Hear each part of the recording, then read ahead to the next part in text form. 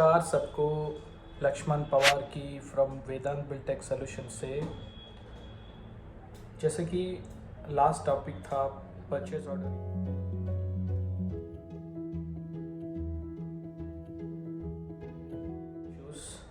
आज हम लोग डिस्कशन करने वाले हैं प्रोक्यूरमेंट कैसे किया जाता है, मतलब साइट में खरीदारी कैसे की जाती है, उसके ऊपर अपन आज डिस्कशन करने वाले हैं। आई होप पुराना वीडियो आप लोगों को पसंद आया रहेगा। मैंने तो देखा नहीं है कितना व्यूज़ आया, क्या है पता नहीं है। मेरा ये सेकंड वीडियो है और ये वीडियोस काफ़ी कंस्ट्रक्शन छोटे बिजनेस जो रहते हैं उनको यूज़ होने वाला है।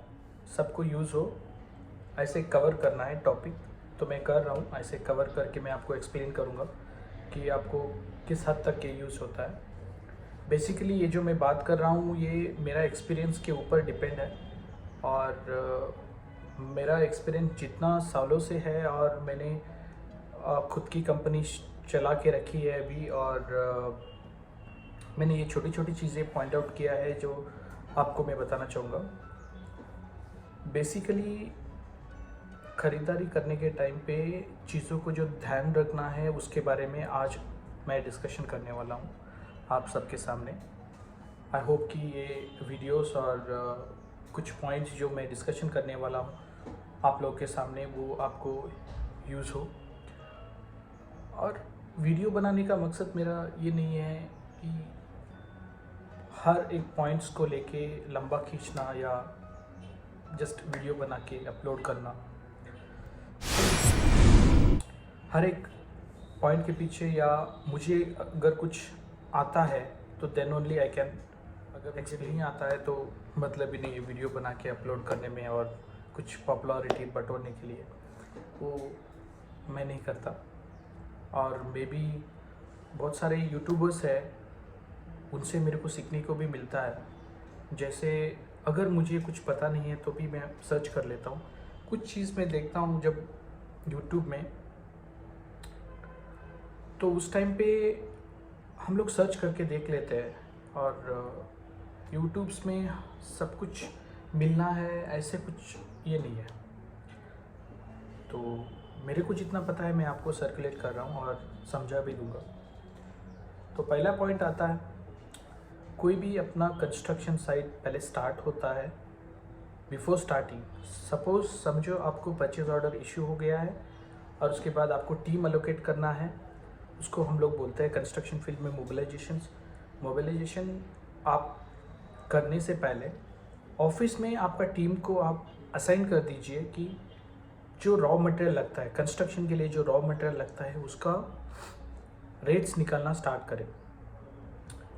ऑफ कोर्स ऑफिस में सबको पता रहता है कि कौन सी चीज़ को क्या रेट में अपने को मार्केट में मिलेगी, और मार्केट का क्या है कि एवरी टाइम वो चेंज होते रहता है। मार्केट आज जो मार्केट है और 15 दिन के बाद नहीं मिलेगा। जो हम लोग परचेज ऑर्डर इशू रहता है, परचेज ऑर्डर इशू होने के बाद हम लोग को जो साइट पे मोबिलाइजेशन करते हैं उनके बीच में कभी कभी 1 महीना 1.5 महीना कम से कम 6 महीने भी हो जाते हैं। तब तक रेट जंप भी हुआ रहता है और कम भी हुआ रहता है।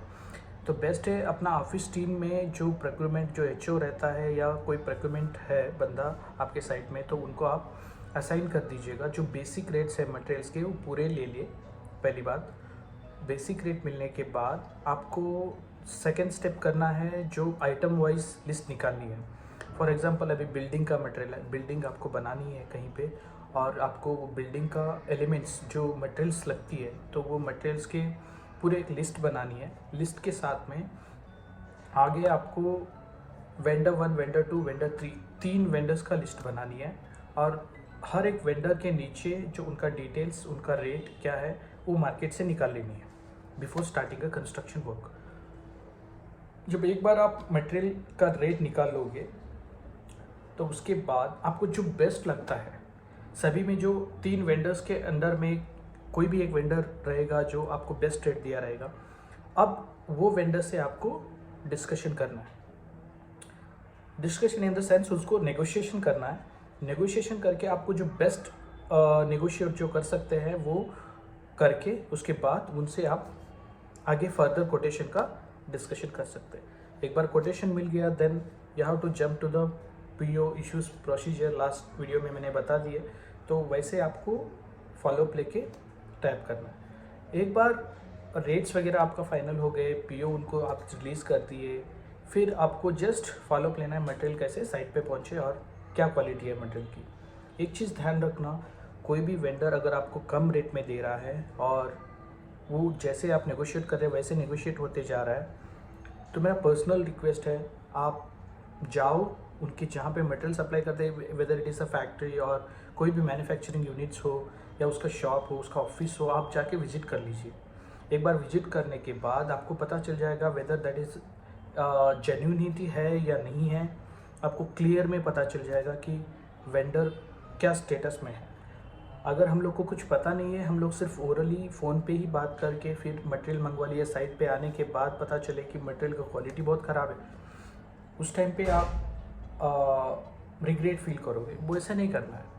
तो अपने को डायरेक्टली जाना है, वहाँ पे जाके आप देख लो। एक बार देखने के बाद पता ही चल जाता है कि एक्चुअल में क्या है। बहुत सारी चीज़ों में क्या हो जाता है, हम लोग एक वेंडर पे डिपेंड हो जाते हैं या दूसरा वेंडर कोई आता है तो तब तक एक वेंडर को छोड़ते नहीं है। और कोई बड़ी बड़ी कंपनीज़ में, प्राइवेट लिमिटेड कंपनीज़ में ये होते हैं, या लिमिटेड पब्लिक लिमिटेड कंपनीज़ में ये होता है कि उनका फिक्स वेंडर रहता है। कोई भी एक वेंडर जो भी उसका ऑर्डर आए उसी को दे दो। क्यों देने का? अपॉर्चुनिटी सबको मिलनी चाहिए। अगर आपको कोई प्रोजेक्ट मिलता है और वो प्रोजेक्ट का फ़ायदा आपको भी हो या आपका सब कॉन्ट्रैक्टर्स को भी हो या मटेरियल सप्लायर को हो, लेबर्स को हो, सबको अपने को ग्रो करके लेके जाना है। कोई भी कंपनी ये नहीं चाहिए कि हम लोग को सिर्फ ग्रो करना है। Companies in the sense group of peoples, group of assets, group of what we are doing. तो जो भी है, कंपनीज ग्रो कब होगी? जब सब लोग ग्रो करेंगे। तो अपने को सेम वेंडर्स को पकड़ के नहीं रखना है। एक वेंडर है, फिर कोई दूसरा वेंडर्स को देखते रहो ताकि उनसे भी अपन मटेरियल ले सके।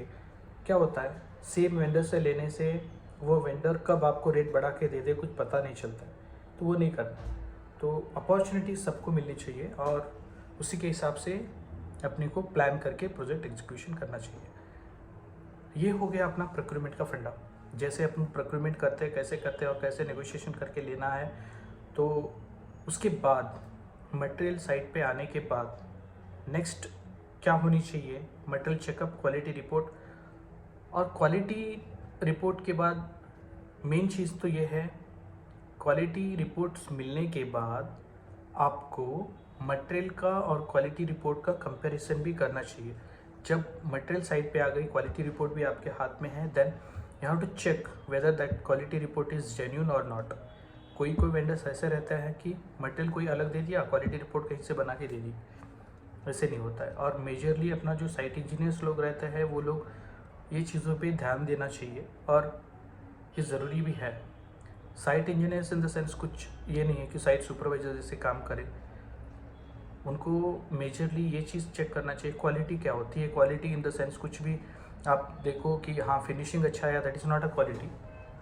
आपको एक काम करने के बाद क्या क्या चेक करना चाहिए क्वालिटी के अंदर, मेजरली आपका साइट इंजीनियर को पता रहना चाहिए। और उसके ऊपर भी अपन आगे डिटेल वीडियोस बनाएंगे। जैसे मेरा बहुत सारा साइट्स चलती रहती है तो उसके ऊपर मैं आपको एक बार साइट पे भी विज़िट करवा दूंगा, तो उसके ऊपर अच्छे से अपन डिस्कशन कर सकते हैं कि क्या क्वालिटी हो सकती है और कैसे मेंटेन करना है और कैसे साइट पे एग्जीक्यूशन करना है, साइट इंजीनियर्स को क्या ट्रेनिंग देनी है, उसका roles and responsibility site engineer का क्या होनी चाहिए, सबके बारे में अपन डिस्कशन करेंगे on site. I am also waiting for visiting the site, so that time हम लोग डिस्कशन करेंगे अच्छे से। तो प्रोक्यूरमेंट के बारे में आई होप आप लोग समझ में आ गया रहेगा सबको। तो I wish all the best for the procurement. हो सकता है तो आप प्रोक्यूरमेंट जो करते हो उस पर ध्यान रखें। कोई शॉप, कहीं पे आप वेंडर्स के पास भी जाते हो या कोई सप्लायर्स के पास जाते हो या कोई शॉप को जाते हो, होलसेल सप्लायर्स रहते हैं, आप ट्रस्टेड एक आदमी को भेजते हो, फिर वो लोग सामने से पूछते हैं। फॉर एग्ज़ाम्पल मैं बताता हूँ, मैं एक शॉप पे गया था, जैसे दे डोंट नो ये मेरी ही कंपनी है, मैंने ऐसे ही रैंडमली गया था कुछ मटेरियल ख़रीदने के लिए। They know my company Vedant Biltech Solutions. उन्होंने पूछा कि सर क्या चाहिए आपको? तो मैंने बोला तो भैया मेरे को ये मटेरियल चाहिए, XYZ मटेरियल मैंने बोला। तो उसके बाद उन्होंने बोला मुझे कि ठीक है मिल जाएगा, तो कितने का बिल बनाऊँ? बोला बिल तो मटेरियल का जो रेट है वही बिल बनाओ। नहीं, आपकी कंपनी से लोग आते हैं मेरे पास और बिल बोल के बनवा लिया जाता है और मिलते हैं। आप भी वहीं से हो ना, आप भी एम्प्लॉय हो ना? बोला हाँ मैं भी एम्प्लॉय हूँ, आप बना दो, कितने का बिल बना रहे बना दो। तो ये उन्होंने बोला कि 50% जोड़ दूँ। 50%?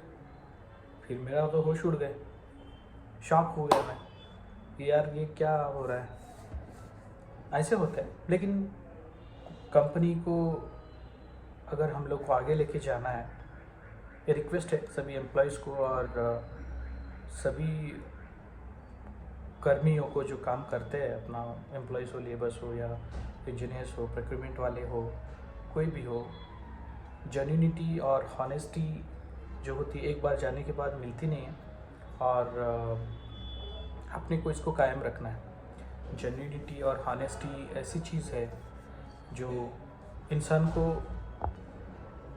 कभी भी नीचे गिरा सकती है, तो वो चीज़ ध्यान में रखना है अपने को।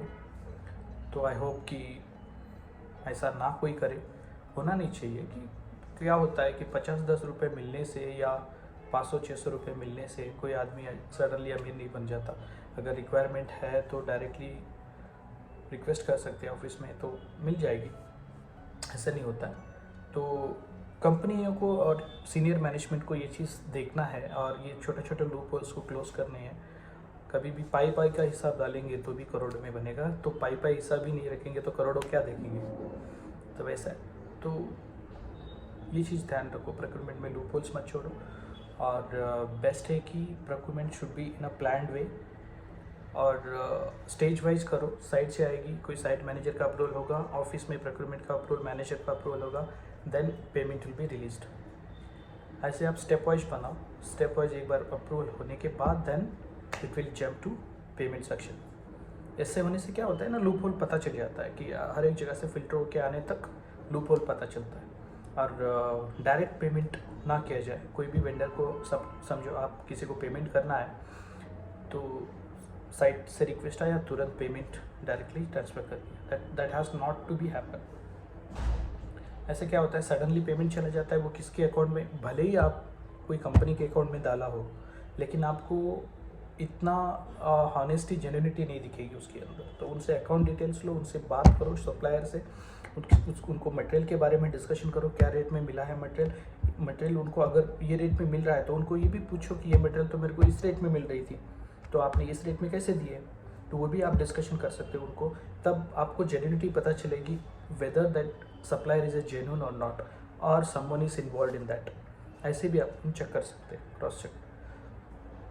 ये मेरा प्रैक्टिस है, मैं चेक करता हूँ ऐसे randomly. I use to call my suppliers and vendors whenever I get a time। तो आई होप कि आप लोग ये वीडियो पसंद करेंगे और all the best for your procurement team and thank you for watching. Everyone, thank you for all